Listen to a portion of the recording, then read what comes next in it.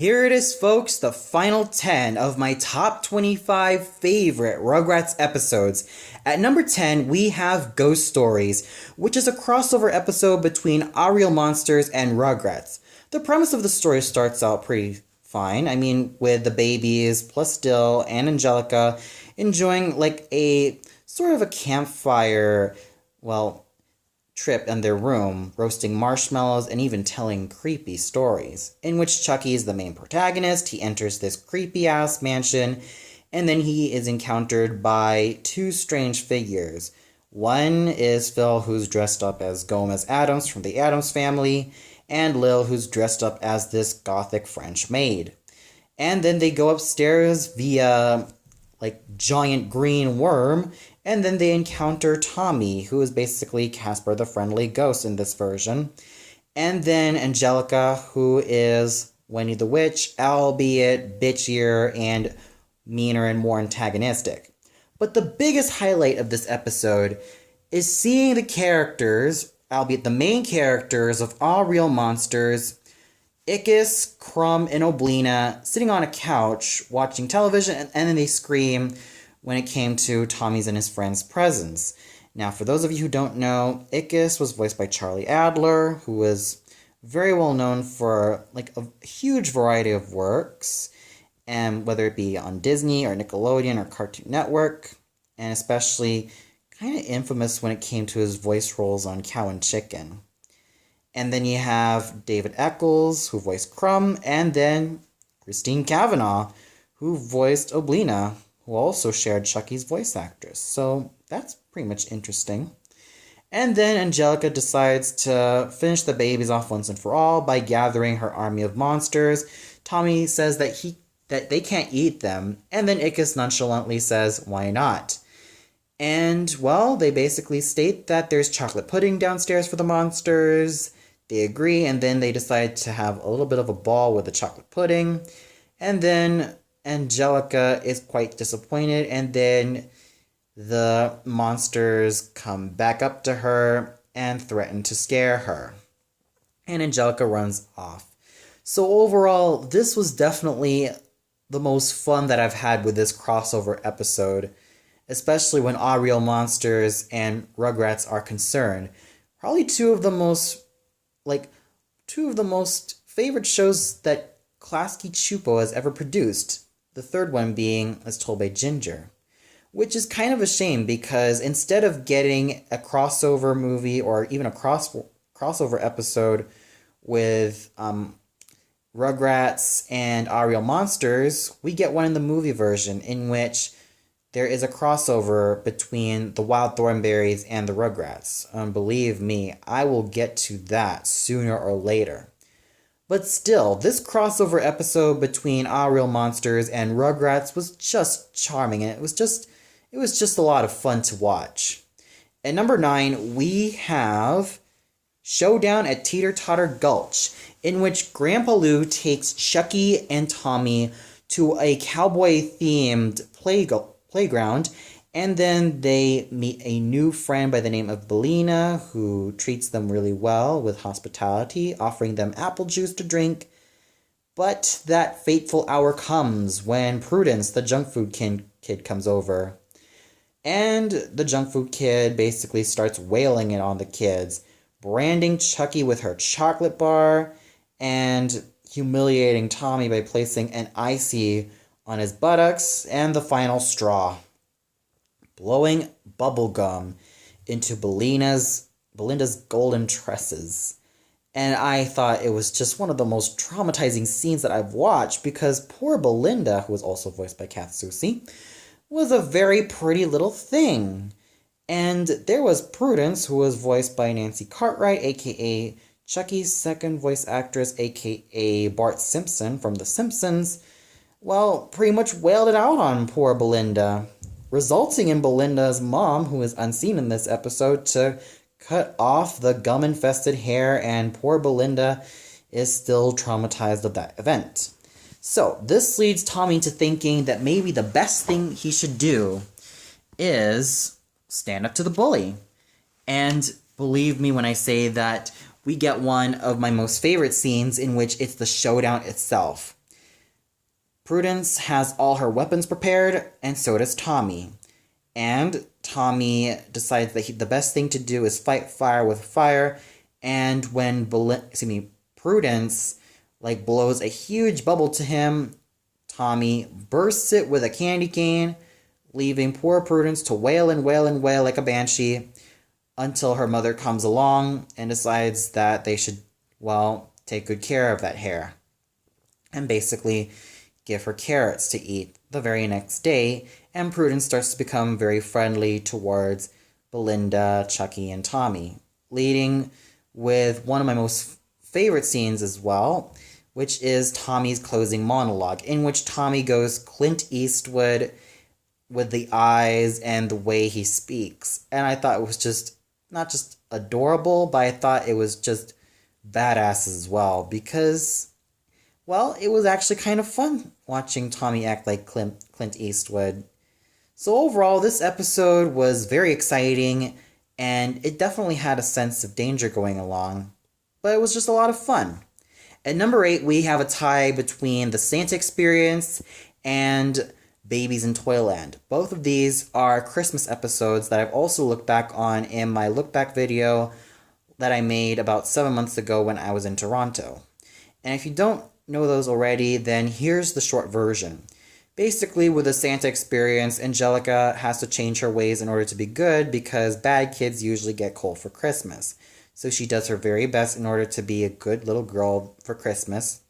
And then you have Babies in Toyland, in which Stu builds up a winter-themed theme park in which the babies play along with the Nutcracker and the other characters. Angelica visits a workshop, which is basically Santa's workshop, and then the adults are in a cabin together, suffering cabin fever.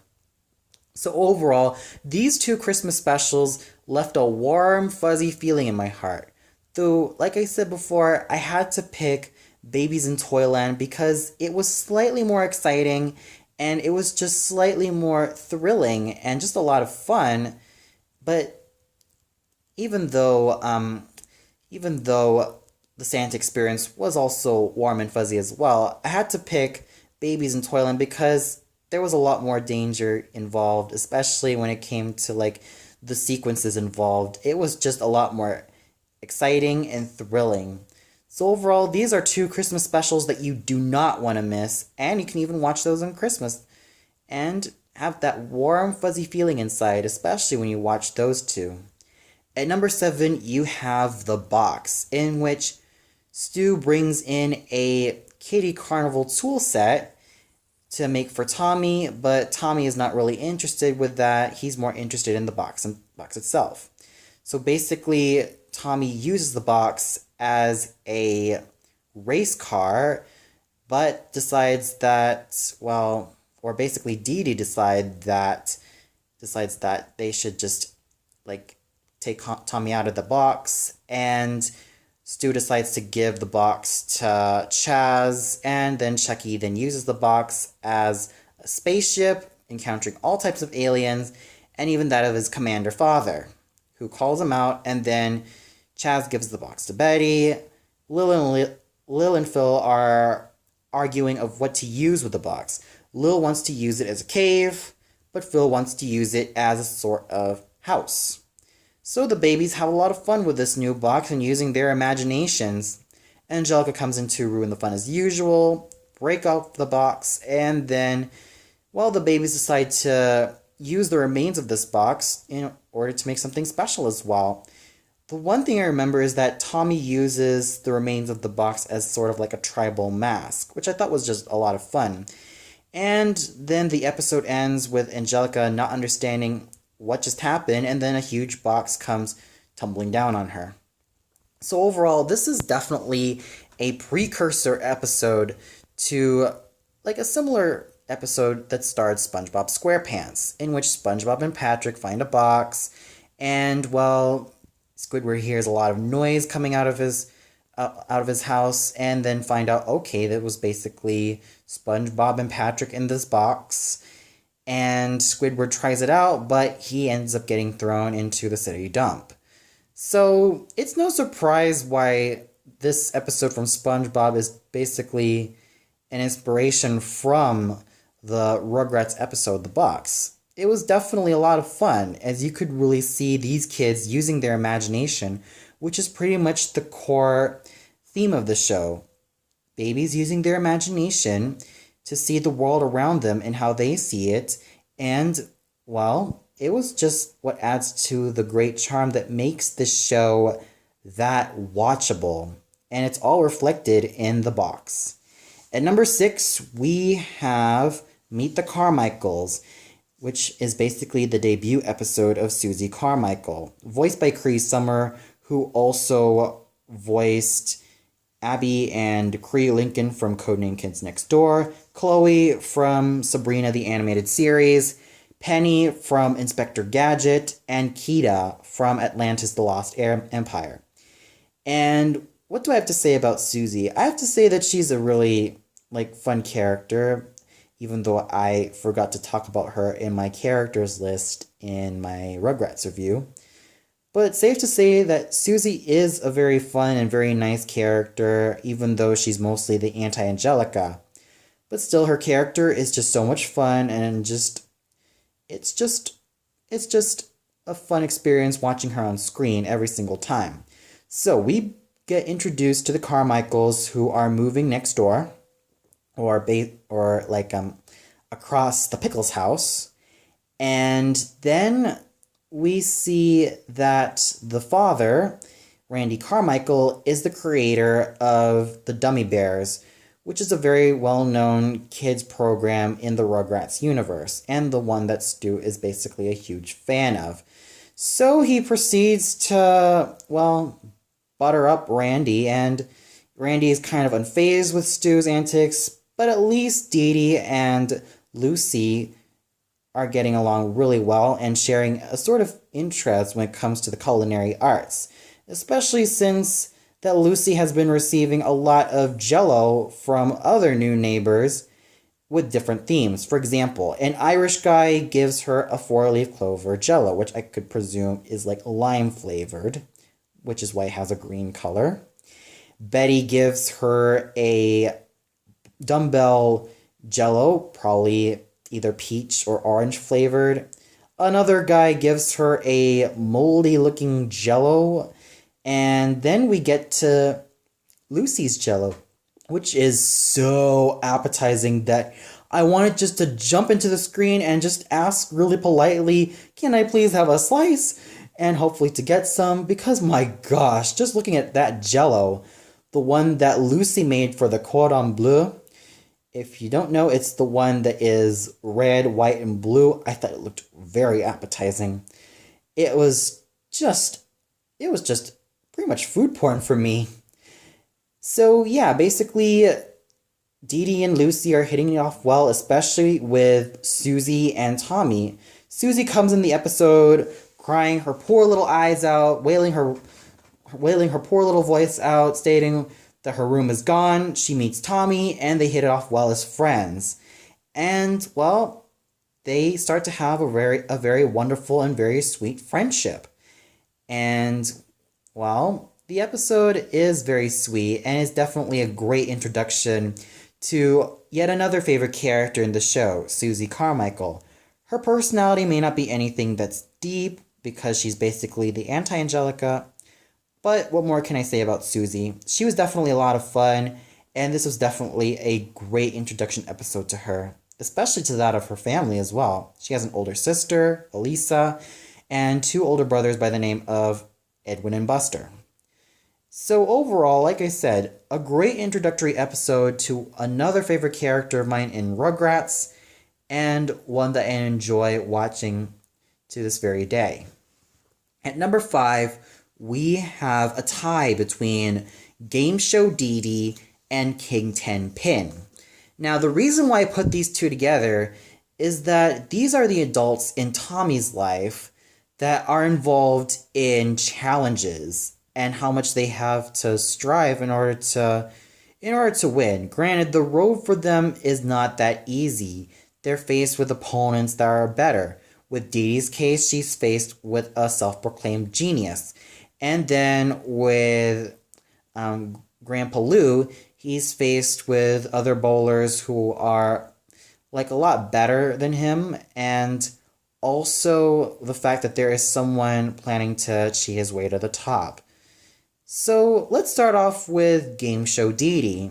Now it starts off pretty simply. It starts off with like Didi wanting to see what's next in this Jeopardy themed game show, who is hosted by Alan Quebec, albeit a parody of the real life host Alex Trebek. Hell, he even has the voice actor himself, Alex Trebek.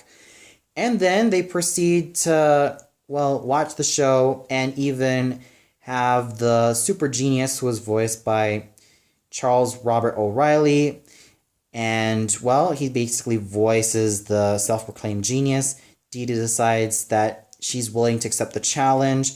She does have her doubts because she wants to make sure that she can also prove herself to be a very brave mom to her kid, and Tommy does understand that. In his mind, he feels that his mom should have a place in the sun, and then, well, hijinks ensue, but Didi manages to really get the hang of this, even though it did take her, like, some time just to really get used to it.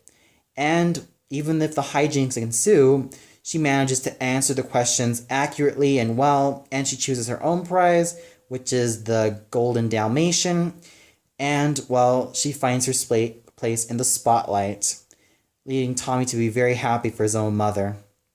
I thought it was just a very sweet ending, and it really shows that Didi is one of my most favorite moms in any Nicktoon. And then we have King 10 Pin, which is the bowling episode in which Grandpa Lou is competing for a bowling champion title. And, well, the babies sort of think that it might equal to, like, a huge chocolate chip cookie. And, well, it basically leaves the babies in a playpen with them constantly being hypnotized by the Dummy Bears theme song, and poor Angelica is also hypnotized as well. And then the babies even discover that there is someone cheating as well. The cheater ends up being taken out of the game, and Grandpa Lou decides that the best thing to do is win fair and square. He manages to wipe the competition, and what do you know, he gets the trophy. So overall, these are two wonderful episodes that really show how much the adults in Tommy's life have to go through in order to really, well, make themselves big, not just because of them, but because they know that they want something great for their son. And Grandpa Lou's case, his grandson. At number 4, we have The Big House, in which Tommy is taken to like a sort of scary looking daycare, in which it basically looks more like a prison cell for kids who need some sort of correction. So he meets a lot of colorful characters, especially Wise Guy, who is voiced by Pamela Adlon, who you all know as Bobby Hill from King of the Hill, and even Baloo from the Jungle Cubs. Big Justin, who was, well, voiced by another voice actor who passed away, Dana Hill. Yeah, for those of you who don't know, Dana Hill was a very well-known voice actress who specialized in a lot of young boy roles because of that very distinctive voice. She had a sort of disorder that still made her look like a kid, and on 1996, she passed away at only the age of 32. So hearing something done like Big Justin is never the same every time I listen to Dana Hill's voice. Heck, even Dana Hill voiced a lot of other characters in Rugrats, like Josh from The New Kid, Hector from The Shot, and a myriad of other young boy characters in the show. But this is by far her most memorable because this is one of my most favorite episodes, because this definitely has high stakes. And then you even get to meet the other characters like Crybaby, who is a red-haired kid who constantly wails at the top of his voice. And then you have Builder, who is this Chinese-American baby girl. and then this kid who loves making things out of clay, who is African American. So overall, this is definitely a very colorful cast of characters, and one that I really enjoy because the stakes are really high. The stakes are really high for the babies who really want to leave their playpen in order to go back to their mothers. Heck, even Big Justin says that he'd love to go back to one very special girl. It's nothing or none other than his own mother. The same thing can be said about Wise Guy. And I do wish that these characters would have appeared in a lot more episodes, because I find them very interesting as well. And, well, this is pretty much the problem that I have with the one-time characters. We pretty much love them, but they didn't end up appearing in a lot of other episodes as well. We find them interesting. I actually find them a lot more interesting than a lot of the main characters, which is no offense, but still. They had personalities, they were never throwaway characters, and they were just a lot of fun to watch, and they even had a fair amount of development. I just wish that their personalities could have been developed a lot more. So despite that, it's still a very well done episode of how a prisoner of war episode can be used to the Rugrats' advantage. And it's still a lot of fun, and it's just very memorable, and one that I enjoy to this very day. Mostly because of the great character dynamics between Tommy, Big Justin, Wise Guy, Builder, Crybaby, and that baby who likes to make things out of clay. What's also worth mentioning is that the ones who guard this place are basically almost like agents for a huger mission. And here's another voice role done by Kath Soucie, which is none other than the Playpen's host, Sandra, who has a killer hairstyle and definitely a very strong presence that's felt in the daycare. So overall, this is an episode that I really love because of the high stakes that are being taken here, and one that I totally enjoy so much, and one that I definitely have a lot of fun with. At number 3, we have another tie between Radio Daze and Kid TV. Both of them have a similar premise, in which the babies are sort of making their own interpretation of how these shows are. With Radio Daze, they basically portray this radio drama involving a Sam Spade-like character. And in Kid TV, we see the babies have their own set of TV shows used through a box, and they basically are playing homages to different television shows at the time. Let's start off with Radio Daze. Now it starts off rather simply. It starts off with Grandpa Lou giving pieces of Maltesers to each of the babies plus Angelica. And when he falls asleep, Tommy decides that he's going to take the role of the masked detective. And it also starts playing off like a typical Sam Spade movie, or Sam Spade comic strip as well.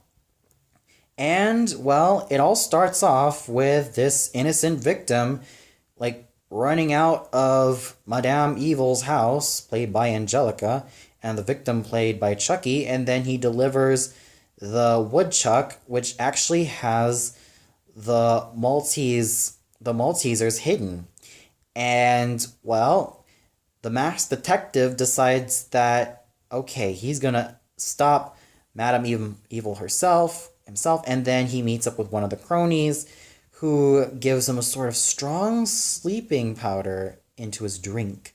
He's then captured by Madame Evil, and then there is an epic chase scene that happened that makes me wonder, okay, this is the part in which the antagonist gets to fall a very gruesome death. Unfortunately, we don't get that, but still, at least it was a lot of fun. At least we really get to see what the babies were portraying in their head when making this episode, or when making this case. And it ends very well with Angelica having the Maltesers, and with the babies playing around with Grandpa Lou. And with Kid TV, this is yet another episode that just left me glued to the screen, mostly because, Well, you have these babies that are, well, parodying a lot of like television shows. Like, for example, Angelica is parodying like James Bond, and you even have her parodying cops. You have Tommy, who's parodying a talk show host. You have basically a lot of great antics coming from these characters. And, well, it basically started off when the TV malfunctioned, and pretty much Stu puts the blame on the babies for that. And then the babies decided the best thing to do is to create their own TV shows in which their imaginations ended up sparking. So overall, these are two episodes that I love so much because these are babies that basically are using their imagination when it comes to how they see the media and how they see entertainment. It's very fun, it's very charming, and there's never a dull moment. And there are a lot of high stakes being taken, which makes these episodes a lot of fun and very rewatchable. And number 2, we have another tie, and this is the last tie episode that we'll get in this list, and that is Remembering Melville and Mother's Day. These two talk about how Chucky deals with death. With Remembering Melville, it talks about how he deals with the death of his pet pill bug, and this one talks about how he wants to see his mother again, but realized, okay, his own mother, Melinda, ended up, well, kicking the bucket. So let's start off with Remembering Melville. Now, Chucky ends up having a pet pill bug in which he christened Melville, and he has a lot of fun with him. And when the babies discovered that Melville is no longer moving on the next day, Chucky does not take it too well and is convinced that he's alive until he tries to make it balance on a ball, in which he finds out he's dead. And, well, Chucky still mourns for Melville, and, well, let's just say that this episode is really painful, especially to summarize, because this is an episode that talks about life and death and what people perceive when it comes to death itself. But it manages to take itself very seriously. The same thing can be said about Mother's Day. It's a very sad episode because you get to see two characters deal with the death of their loved ones. With Remembering Melville, you have Chucky trying to deal with the death of his pet pill bug. And with Mother's Day, you have Chaz trying to deal with the death of his first wife, Melinda. So with these episodes, you could tell that it's not an easy matter that both of these characters have to deal with, but they have to know in their hearts that the ones they love will never leave them. They'll always be with them in spirit. And that's what I found very touching about these episodes, which also reflects me in real life as well. Of course, I've had the misfortune of realizing that there were voice actors that I loved and adored and even idolized that I knew that ended up being gone from this world. And especially when it came to live action actors, I mean, the list I could go on forever and ever, but the ones I looked up to so much, like the likes of Mary Kay Bergman, Dana Hill, Christine Cavanaugh, Tomoko Kawakami, and Philip Seymour Hoffman, Mel Blanc. These were big names, and even Suzanne Plachette, and many, many others that I can't really name off the top of my head. These were, I don't know them personally, but I've also had some relatives that also passed away as well. So the fact that this episode really does resonate with me and even speaks to me of how a lot of these characters deal with death, it's never an easy matter. Sometimes it takes time to accept that we know that they're not going to always be with us forever, but we know one thing, that at least they're going to be with us in spirit. So these episodes don't talk down with the concept of death, but rather understand that we're intelligent enough to even understand this. And that's what I really love about these two episodes. They don't sugarcoat anything. They make us see it and understand it without being too shocking or without being too, well, sugar-coated. it's just right, and it just makes me like go out to the characters a lot more and how they deal with the death of their loved ones. And it also kind of reflects me as a person too, because I'm never too sure how long I'm going to last in this world. And when you have episodes like that pretty much put a wake-up call, you know for a fact that it's never going to be the same again. And now we reach to the number one episode. And what could it be? Passover. The number one episode of Rugrats that talks about, well, it also basically furthers or talks about Tommy's Jewish heritage in the form of Grandpa Boris and Grandma Minka, in which this talks about Grandpa Boris tell the story about how the Passover was made. And then we get to see the babies imagining of how it was done and how it was, well, revolutionized. Tommy is in the role of Moses. Chucky, Phil and Lil are the Hebrew slaves. Angelica is the Pharaoh. And then you have this big kid who portrays as one of the Pharaoh's ambassadors, also voiced by Dana Hill. Yeah.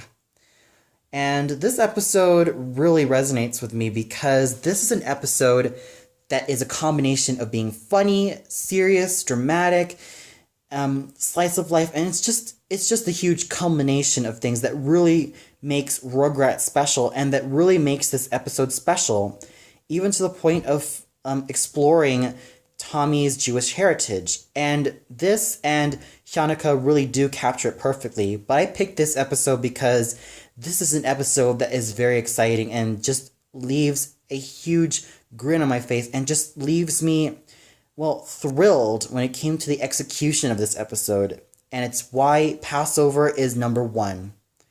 Well, that's all for now. Be sure to tune in later where I review the Rugrats movie. So until then, see you later, everybody.